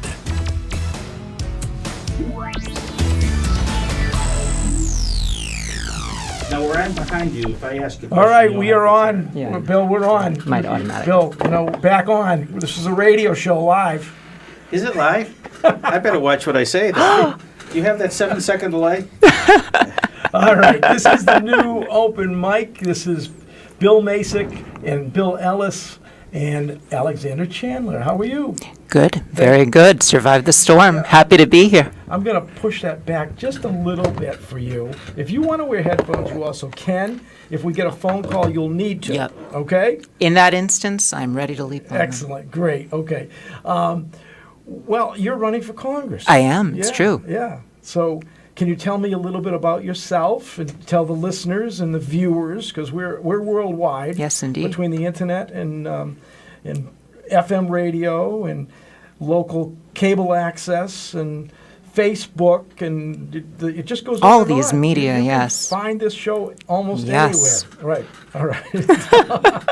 So background and why I'm embarking on this crazy adventure? Yeah. Certainly. Why you? Why me? Yeah. Because I'm going to be the best to actually get things done for working class and middle class people. And the reason why is I have some pretty unique professional experience, expertise, and personal experience that makes the case. The professional experience is I've spent 13 years under multiple administrations, Bush, Obama, and Trump, working across divisions, getting things done against the toughest problems. I was in the intelligence community, and my work was analysis against the proliferation of WMDs, that's stopping countries like North Korea from exporting missile and nuclear technology, not easy, and similarly dealing with countries like Iran, stopping them from building a nuclear program, also not easy, and then counterterrorism, so that's stopping terrorist groups from getting actual weapons and weapons going to conflict zones. And the reason this is relevant for Congress is posturing, inaction, blame, yelling at each other are not options. You've just got to get the mission done. Get the job and done. and I dealt with people from across America. I had to represent us abroad, and I did that for 13 years. And between that, the fact that I've worked in community health care, and that frankly, I am a middle class mama too. My oldest is in a Haverhill neighborhood public school, Walnut Square, which I'm sure you know. And I think that combination is really valuable for Congress right Just now. to let you know how old that school is, I actually went there. Mm-hmm. Indeed. 1812. It's I don't know. What's that? Oh, Voice that's of harsh. a- Harsh. Yes. So anyway, what department Please. were you associated with? Can you Yes. say? Yes, I can. It's not quite that cagey. I was with the Office of Naval Intelligence, so I was a civilian, but working for the U.S. Navy.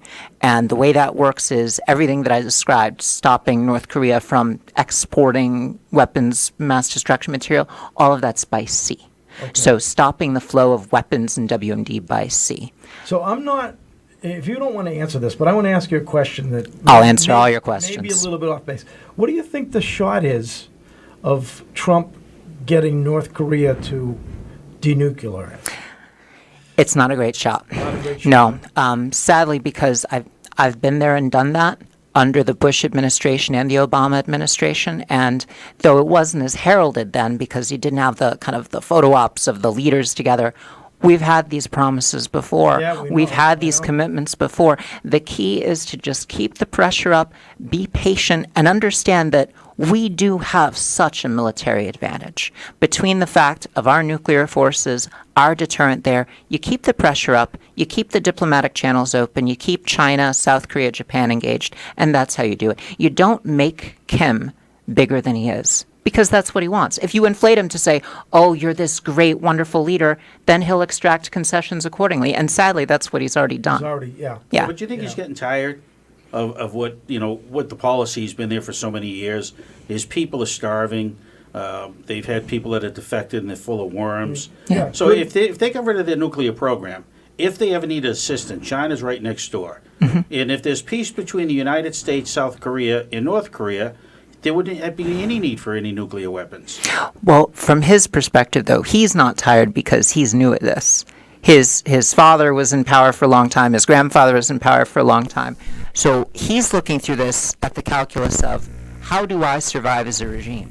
And right now, if I'm Kim Jong-un, I'm looking at Iran, I'm looking at Iraq, I'm looking at Libya. And right now, the lesson that I'm drawing is, I'm safe if I hold on to my nuclear weapons. Countries that give up their nuclear weapons get invaded by the United States, or the deal, and this is where I am very concerned that Trump pulled us out of the Iran deal. The lesson that I draw from that, if I'm Kim, is a deal with the United States will not be a good deal. And that's the unfortunate thing. So you see any concern at all about a regime change within his own country, with his own people? Oh, certainly. Certainly. Right, but nuclear weapons wouldn't have any effect on that.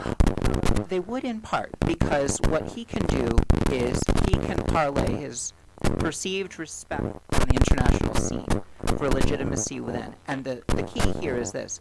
If he drags things out, he's gotten the photo op with the president, and he can commit to all the right things in rhetoric, he can get economic benefit, and he can keep his nukes for a really long time. That's what he's going to do. But So he'll try to get his cake and eat it too. But Donald Trump's an oddity, though. He's not like anything that we've ever seen in politics in this country. Indeed. So I think if Kim Jong-un wasn't sincere, and Trump found that out, those 300 sanctions that he has sitting in his pocket ready to levy on them, I don't think he'd ever hesitate. Oh, I don't think he would either. Although what I would say is our sanctions regime, what the United States we can do, is all but at the maximum. We are largely now confronted on what will China continue to do and what will our allies continue to do.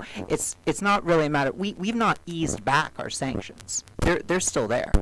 And so what I would say is, he had 300 more that he said that if the summit didn't go the way he thought it was going to go, that he was basically going to walk off and say, you asked for it, here it is.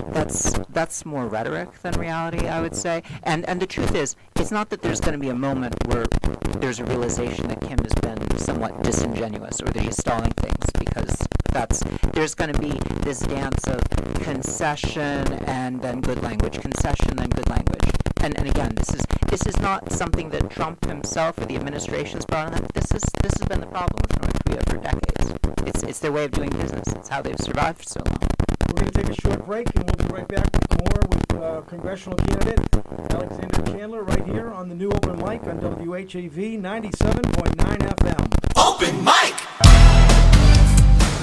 Bill Masek and the new Open Mic will be right back. Get in on the action. Call 978-374-1900. If you're enjoying this program, consider becoming a WHAV member right now. Just click on the membership tab at WHAV.net. It's 7:23. Try listening to WHAV in your car or anywhere on your mobile phone. For fast access, visit WHAV.net. Catch the wave! Hi, Tom Bergeron here. I started at WHAV in 1972. And look, WHAV's still here, but it won't be if you don't help support it. Go to WHAV.net. Become a contributor. Keep us going. Wave weather. Here's the wave weather forecast for Haverhill and the Merrimack Valley. For tonight, becoming partly cloudy late with showers and scattered thunderstorms, low in the upper 60s. Southwest winds at 5 to 10 miles per hour. Tuesday, mostly sunny with a chance of scattered morning showers, high in the lower 80s, low in the mid to upper 50s. And the outlook for Wednesday, partly to mostly sunny skies, high in the mid 80s, low in the upper 50s. I'm WHAV meteorologist Jim Moss. Your next wave weather in 30 minutes. WHAV Open Mic. From the Edwin V. Johnson Newsroom, 97.9 WHAV FM presents the new Open Mic Show with Bill Masek. Make your voice heard. Call 978-374-1900. That's 978-374-1900.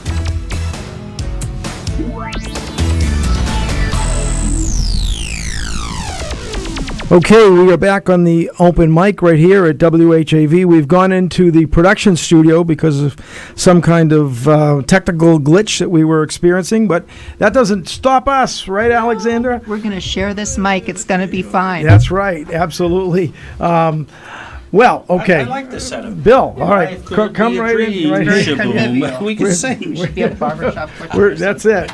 We're like the old barbershop quartet, or we can all. You have to hold that? Schwanee, how I love you. How I love you. Okay, let's get back to your campaign. Yes. Tell us more about you. Anything else you'd like to add? What can people do to find out about you? Certainly. Websites and all the good things that are happening, and you're gearing up, just like I always do, to a final, a crescendo at the end, Yes, right? That's what's important. Finish strong. About 11 weeks from now. And, we've got some good momentum. There's been some independent polls, ranked choice voting polls that, though unscientific, they've had us in the lead, which has been a very good thing. Then in terms of other things about the candidacy, what I'd emphasize is this, that I am a first-time candidate, but I am experienced in government. Again, I've had to work across administrations, multiple departments of government. I've had to work with members of Congress and their staffs. I've had to work on big budget items, so I'll be ready on day one for all of those challenges. But then the other part that I would offer is community health care experience. I was on the board of a community health center, so I understand how to cut costs and raise quality, which, again, we've got some of the highest healthcare costs in the country. And I mentioned my two boys. I've got one in daycare, so I'm really tuned into the cost of childcare too. And my dad suffered from addiction. The opioid epidemic is of vital concern to me. That's part of why I'm running too. To find out more about the specific plans that I've got, we've got a website, alexandrachandler.com. I've got a lot of details on my platform there. You can sign up to volunteer to donate. We're not one of those big money campaigns. Last quarter, over 50% of our donations were under $35. And I'm proud of that. That's the kind of campaign we're trying to run. Grassroots support. That's real People say grassroots, but it almost means nothing. This is real grassroots support. How do you bring the healthcare costs down? Because I thought that was supposed to have happened under Obamacare. Yeah. I mean, part of it is economies of scale. Part of it is getting the profit motive as much out of it as you can. It's that we, as a country, have a system where volume is incentivized. If I'm a provider, the number one thing that I can do is run as many tests as possible on as many people as possible and provide as much care as possible. That'll maximize my incentive. What we instead need to do is say, we'll still incentivize you, but it's based on the quality of the outcome per person. So that then whatever you're going to do is going to be not about just throwing more tests or throwing more visits, but is the person better off? And systems that do that tend to cut costs. And they tend to raise the healthcare quality of the experience. And that's what I would aim to infuse in the system. I'm for single-payer healthcare, but there's a lot of things on the way that can do that. Now, one of the questions that I've asked, I think all of the challengers or the candidates for the seat, you know Nikki Songus. I'm sure you're aware of what she's been doing for the district. Yes. What will you do specifically for the district, And especially, what will you do to try to continue her help for veterans? So on those subjects, I think I'm uniquely qualified in that Nikki Tsongas has sat on the House Armed Services Committee, and as such has been a real advocate for not just veterans, and we'll get to that in a minute, but our service members, and then for defense-related industry that's in this district, and aerospace and everything related to it. Because I've been in Intel for 13 years, I understand all of those industries well, and I can argue for our businesses, our providers, to continue providing services. And then also when we're transitioning away, because I don't think we should just spend money on defense for defense's sake, that I can also identify opportunities, whether it's related to combating climate change and doing things like building wind turbines, or aerospace, which has other applications, space exploration, things like that. But then in terms of veterans, what I would say is I've been a federal employee for 13 years. So I'd be the first to say that within the federal system, we need to have certain reforms in terms of the ability to hire the right people, performance management with people as needed, and that obviously there's been a lot of discussion around the VA that we need to do a better job at that. What I'd be looking for is, we've got a great facility in Bedford, and a lot of vets will tell you good things about that, and some will say not so good things. I would try to expand satellite care centers further, because those centers are the first line of defense in terms of the vets, their health care. And then I would do everything I can to protect the benefits that they're receiving. Again, from the perspective of someone who is a federal employee, well, was a federal employee herself, I'm well attuned to that. But it goes into what I was mentioning about health care, that as there's a movement afoot to privatize elements of vets' health care. And I would say that you can experiment with that on a small scale, but the people, and I've had people work for me that deployed to Iraq and Afghanistan, and I know that there are specialized care needs that the private sector is just not prepared to deliver. So it needs to be a combination of private care when it's just the wait times are just too much and the distance is just too much, but then we have to protect that core competency when you're dealing with combat wounds, both physical and mental. Do you think we lack a lot with the psychological aspect of it when soldiers are coming back? And why? I mean, because we've been faced with so many wars over the course of the history of this country. And how come we seem to be lacking with that when you talk about, PTSD? My son was in Iraq, and he came back. But, you hear about soldiers from World War II and the way they suffered. How do we basically be able to eradicate that so when they come back they can get adjusted? Yeah, it's sadly because the country is a different country in, I'd say, socioeconomic terms than after the Second World War. Because when we sent soldiers abroad to Europe and to the Pacific Theater, they came back to a country where, with a very, not basic skills, but reasonable level of skill, you'd have a middle-class job, you'd be able to buy a house, you'd be able to have enough buy for emergencies, for a vacation, for kind of rest, recreation. Right now, if you come back, you'll have assistance, sure, and we might be better equipped at understanding the psychological needs, but what's waiting for them in the economy and in society is a very different deal. And that's where protecting vets and being there for vets, I would say, is just as much about affordable housing. It's as much about the cost of health care. It's, if they're married, and a lot of them are, it's about the cost of child care. It's about the whole network. It's like, it's an entire ecosystem that has to be there for them. This is just a part of it. Sorry? VA hospital. Yeah. I mean, the VA hospital is obviously at the core of it. But I mean, that again, it's even if you have a wonderful care experience there, even if, again, your physical needs are met, and if you've had grievous wounds, we're there for you in terms of the top flight care in the world. And then even if we have very good psychological services, which again, we're somewhat uneven with, it's that then what happens when you leave? What happens when you leave, even if you're in ongoing care? If then you go out into the world, and because, granted, unemployment in Massachusetts is under 4%. 3.5. Exactly. Yeah. But a living wage for more people, because here's where I think the military can do a better job, because I've seen it, because I had enlisted sailors and officers work for me. At the very end of their time, they're trying to learn about how to write a resume. They're learning about how to transfer these skills. And a lot of what we've done in our wars in Iraq and Afghanistan is transferable to places in the private sector, but it's not as obvious. After World War II, it was easier. And Vietnam, it was easier. Did you drive an armored personnel carrier? Then you can probably drive a truck and get a very good wage doing that. Right. But there's less and less of those jobs. So we have been, this is where I would say it's not so much the VA, but the services that are a bit behind the curve. And I say that as someone who loves working for the Navy, but behind the curve in that before they're getting just ready to get out and they're in their last 90 days of out processing, it should be a year before. It should be part, and there's so much mandatory training when you are a service member, you should be infusing that in throughout. Because as people get out with not as much notice, then they get out there and they're not prepared. Makes sense. Makes sense. Yeah. You have the race coming up, and you have your campaign in place. I do. And you have what other issues on your agenda of things that you would look to try to bring forward, even nationally? What are some of the things you stand for? The national policies. Yeah. Well, I mean, at a core, I think that every full-time job in the United States should be a job that has a living wage. And that's not just a simple raise the minimum wage and we're done. It's not that.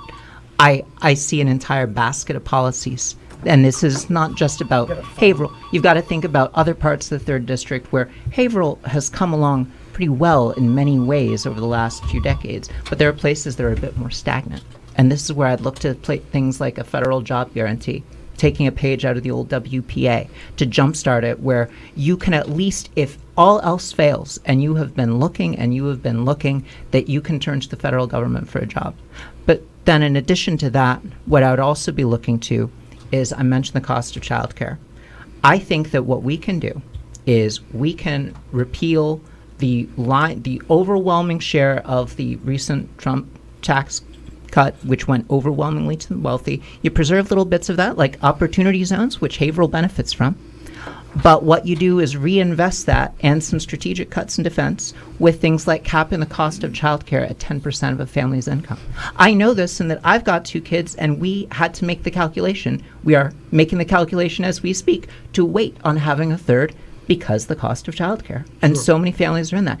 And that's not just about relief on families. That's a boost to the economy, because as families will choose to do things like have that other child, buy that house, that's consumer spending. That's working class and middle class spending that then pays for itself better. And then I'd also, again, I'm big on how you pay for things. I think that's something that we should look at.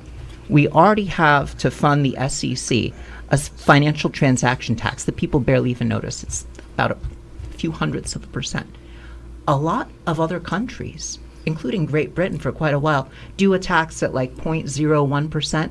Your admin fees, if you've got a 401k or something, are much bigger than that. You can get $150 billion a year off of that, and you can shave that off of our deficit. You can invest that in infrastructure. So it's things like that where I would look to invest in long term. Okay, we're going to take a short break, and we're going to try to go back to our main studio and take from there. But also, anybody that would like to call in with a question or a comment on Alexandra Chandler, who is running for the 3rd Congressional District here in Massachusetts. Make them tough questions. I love them. All right. 978-374-1900 is the number to dial in now as we take a pause right here on WHAV 97.9 FM. Open mic! Bill Masek and the new Open Mic will be right back. Get in on the action. Call 978-374-1900. If you're enjoying this program, consider becoming a WHAV member right now. Just click on the membership tab at WHAV.net. The Edwin V. Johnson Newsroom turns out local programs every day and night. Tune in for local news, Community Spotlight, and the Open Mic Show. 97.9 WHAV is the only Haverhill-based news source. There's always more at WHAV.net. Catch the wave. Melinda's Garden Moments help gardeners create and maintain a healthy, beautiful garden with ease, inside or out, and all year long. This is Melinda Myers, inviting you to tune in every weekday morning, right here on WHAV. You'll learn creative ways to grow your own vegetables and herbs while beautifying your landscape. Eco-friendly lawn care, flower garden design basics, unique container gardens, attracting birds and butterflies to the landscape, and much more. Again, please join me weekday mornings for Melinda's Garden Moment for a very environmentally friendly approach to gardening. Remember, only local radio can bring you this feature opportunity, but only WHAV does.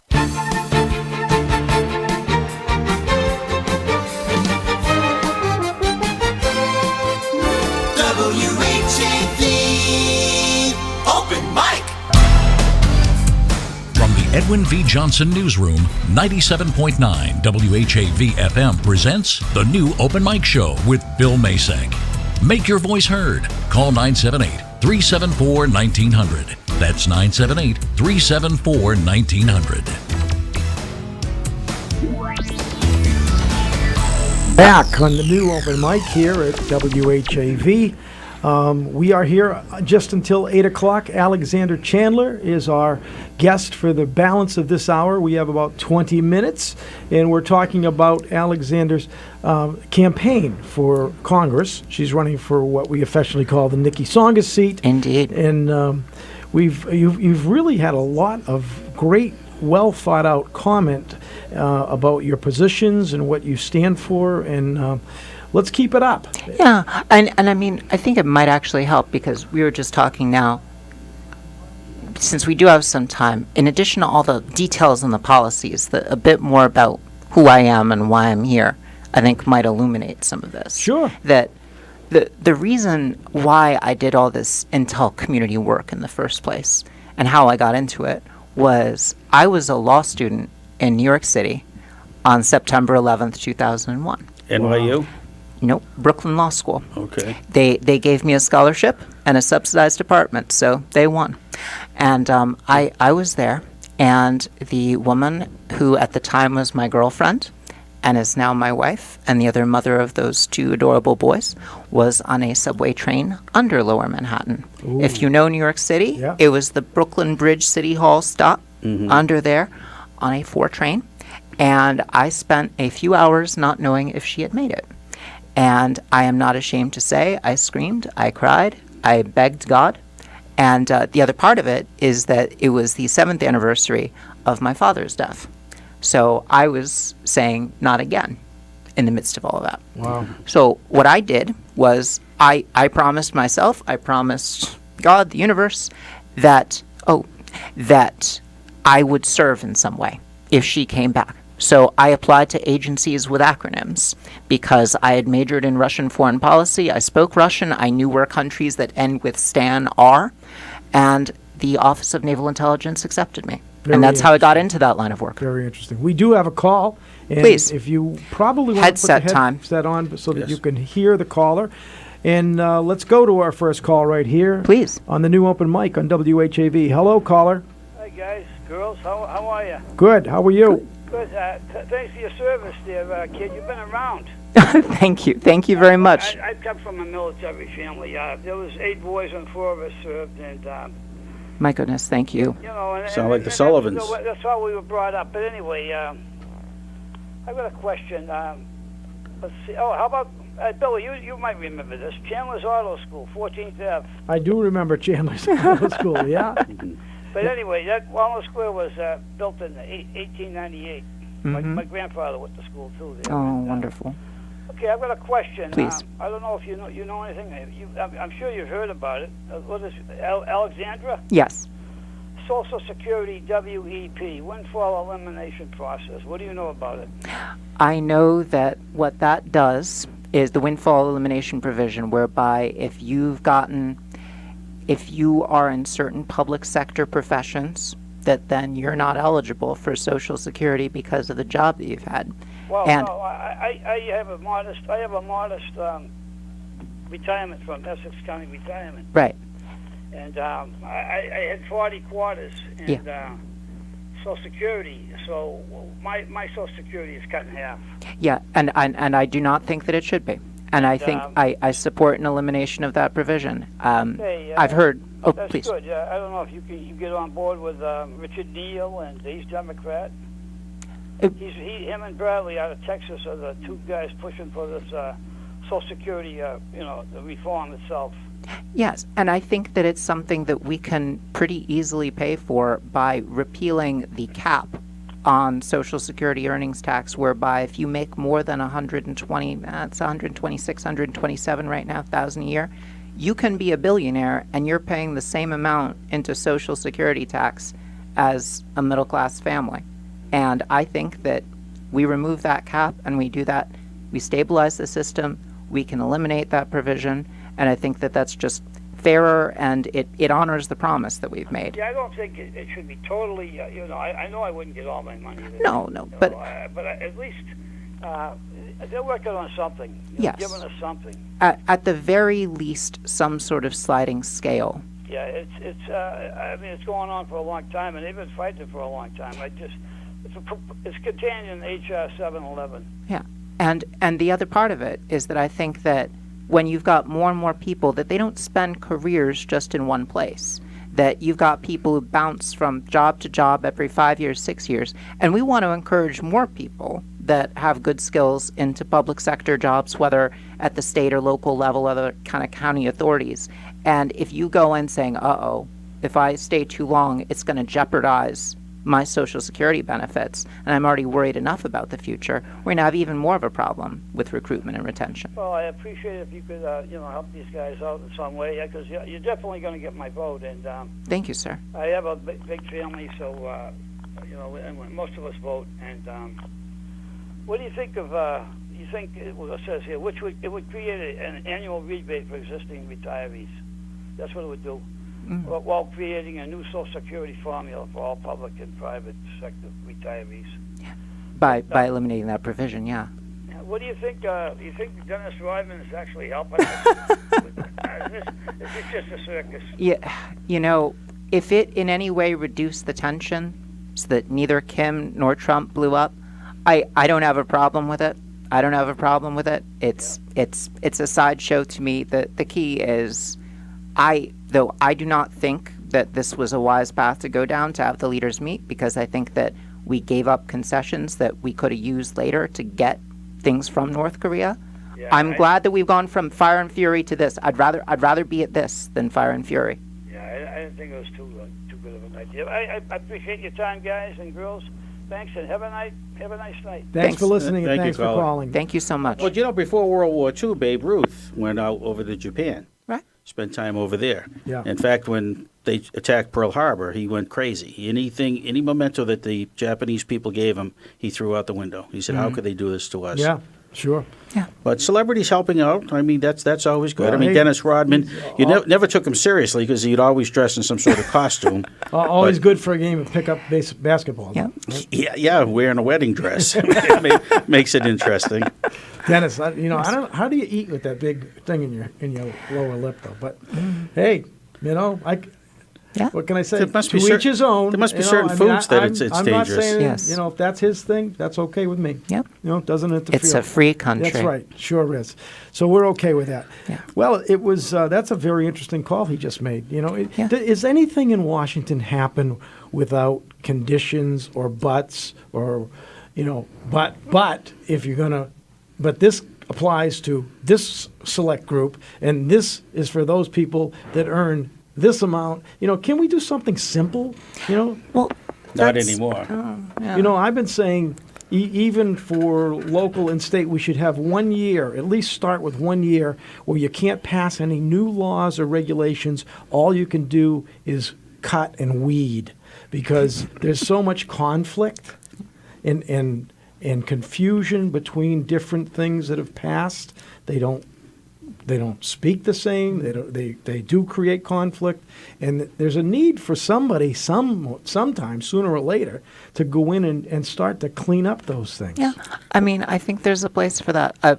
We talk a lot about immigration, and obviously right now it's in the news with the family separation, which I think is appalling. at the border. But I don't bring it up to talk about that, but something else, which is there's over 180 different types of visas that people are eligible for. Wow, and I didn't know that. Yeah, it's no wonder that it's so hard to go down the legal path. Yeah. I'm a recovering lawyer, and I would find it daunting. And similarly, I'll say that this applies, brought up immigration, in our healthcare system. Part of the reason why I support single-payer healthcare is, again, I've had experience. When I was in law school, I herniated my L4, L5 disc. I slipped on 2 steps, fell flat down at my Black's Law bottom. Book flew out of your hands. Sorry, what? Black's Law Book flew out of your hands when you were going down. Black's Law Dictionary. Oh, gosh, you're going to give me terrible memories. But what happened was it was really easy to get cyclobenzaprine and muscle relaxants and pills, but I had to fight like anything. I had to write practically legal briefs to get myself some physical therapy because I was 24 years old and I really didn't like the idea of 80% mobility for the rest of my life. Right. So it's just a matter of, in any system, trying to make it more citizen-friendly, more consumer-friendly, more common sense. Well, there And- was an interesting thing on 60 Minutes last night about the drug manufacturers and how they have almost taken over the FDA and the compliance and the regulations in our country because they have all of the lawyers that used to work for the government now working for them. Oh, yes. And the between them and the lobbyists, there is very little being done, even though you would think so, about the opioid crises and all the peddling of drugs, because it's all about money. It is. That has been what I tell people about my run for Congress is I say that people are much better than you think, and that America is much better than you see on TV, but politics is in many ways much worse. Now, that gets me mad, but that also makes me more dedicated to want to do something about it because it is all about money in many ways. One of the things that I did early on was I signed this thing called Candidate with a Contract, which is a pledge that if I'm elected within it's 90 days or 120 days, and I should remember because there's a penalty attached if I forget, which is I will either introduce or co-sponsor legislation to overturn Citizens United, which it would have to be a constitutional amendment, and to promote publicly funded elections. Because what I can tell you is this. As a candidate, when you go to like congressional candidate training, one of the first things they tell you is, first, can you raise $1 million? If not, you should really think hard about whether you want to run for Congress. Second, if you're going to do that, you need to spend time on the phone, 3 to 6 hours a day preferably, and you should only call people if they can cut you a check for the maximum, which is $2,700, either in one shot or over time, because otherwise you're wasting your time. And that is, in a nutshell, what's wrong with the country. Because you get good people, very good people, that do go into Congress, that do go into government, but it's the tyranny of having to raise money, the tyranny of the money flowing through the system that just disrupts policies. You talk about the why can't it be simple? Why is there this but or and or except for this or except for that? Because there's a trail of lobbyists behind every single one of those buts, ifs, or ands. That's right. And as the lobbyists run Washington. It's a swamp. It is a swamp. It is. In a lot of ways. Yeah. That I do not dispute. It is definitely there is a swamp there. The only thing that I dispute about it, when it's properly called, is all those federal civil, the people that are my former colleagues that are in the intel agencies, the military, and then places like the interior and agriculture. They're not the swamp. They're a bunch of working class and middle class people that just decided to join government to make America a little bit better. Yeah, but I'm talking about politicians. Oh, and yeah. more and more every day something's coming out, and both parties are involved. And I think a lot of what you see politically is staged, because the only way you can have a good fight, you have to have two contestants. Yes. If there was only one person in the ring, the boxing match wouldn't get many people to come. Yes. And and I think things that have to change, and I think things are changing, and I think it's because of who's president now, because he's upset the apple cart. And I think if Hillary had gone in there would have been so much that would have been hidden, and we've never would have heard about it. Yeah. I don't know about that, though I'm a fan of what they call the counterfactual history, where it's like run history a different way, and then you see what would happen. What I'll say is about the way that history has gone this way.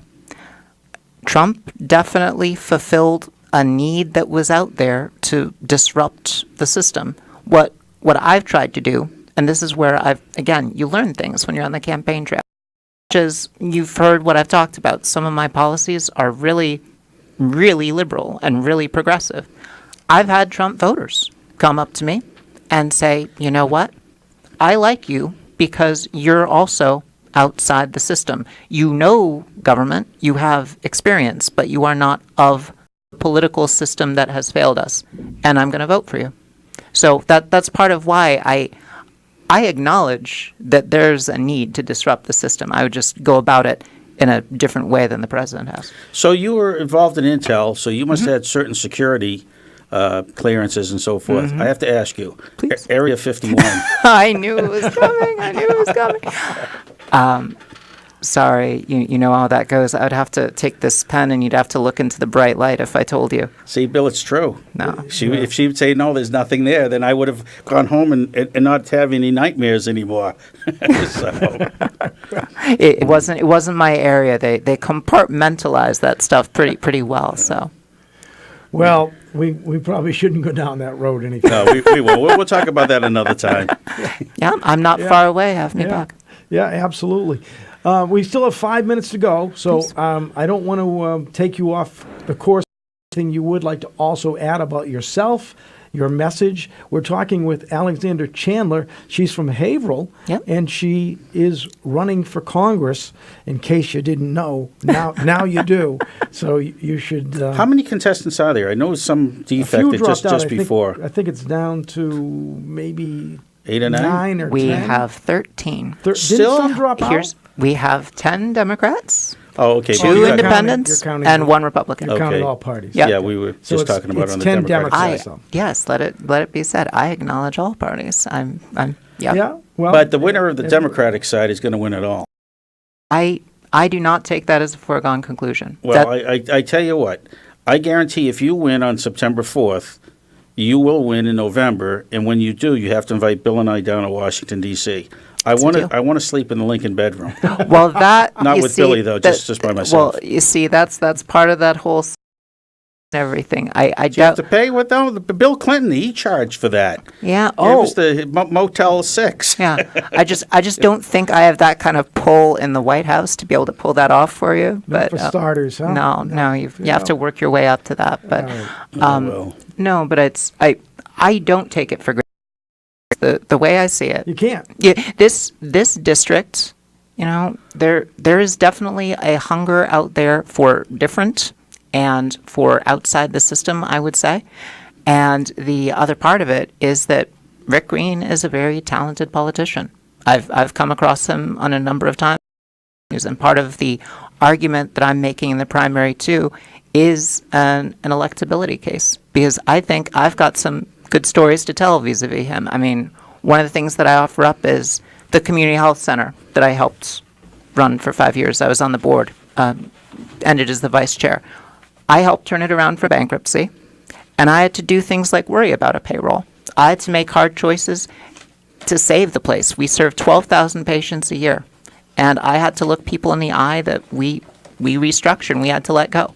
And there were people that had actually cared for me because I was a patient of that center.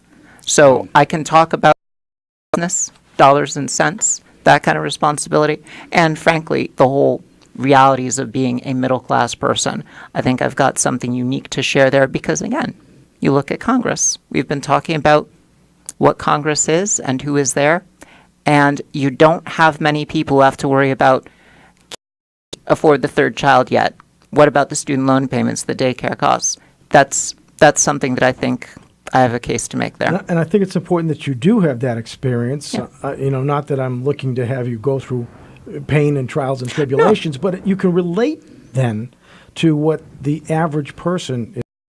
Exactly. That's why I try to say it's like, hey, I've led intelligence delegations in the Middle East, but I'm also I've coached toddler soccer, which is as hysterical as you think it is. Just picture it for a second. It's a lot of red light, green light. Yeah. You know, I think that we need more of that in D.C. I think that that's part of what's ailed us, that we've gotten away from that, more citizen legislators. I think that's a great thought and a good message. Thank you. And I want to say that we're just about out of time, but I want to let all of our listeners and viewers know that you've been listening to the new Open Mic Show on WHAV, and our guest this hour has been Alexandra Chandler from Haverhill, a congressional candidate for the 3rd Massachusetts District, known affectionately as the Nikki Songus seat, and she's running to win on September 4th. It's early this year. It's the day after Labor Day. Yes, that's a challenge, So too. you have to get your vote out. Yes, and yes. get them sobered up enough so that they can get to the next day. We've got very motivated supporters. I have Sober. confidence. Well, vote early and vote often. Yes, absolutely. But so, with all that being said, anything else you'd like to add? Do your elevator pitch on your website and how to contact you, and anything else you want to say. All right. If you want to vote for the only candidate in this race with career national security experience and a middle-class mom, go to alexandrachandler.com. You can sign up to volunteer there, to donate there. Again, more than 50% of our contributions last quarter were under $35. We depend on the working class and middle class to get us there. So please do consider that. And I humbly ask for your vote on September 4th and in November. Thank you. Thank you. Thank you, Alexandra. And welcome. And come back again, and good luck. Anytime. Okay. Anytime. Thank you. Thank you both. Appreciate the time. That's going to wrap it up for us tonight on this Monday night. We're here every Monday night on the new Open Mic Show on WHAV 99 FM. It's 8 o'clock. WHAV LP Haverhill. Wave weather. Here's the wave weather forecast for Haverhill and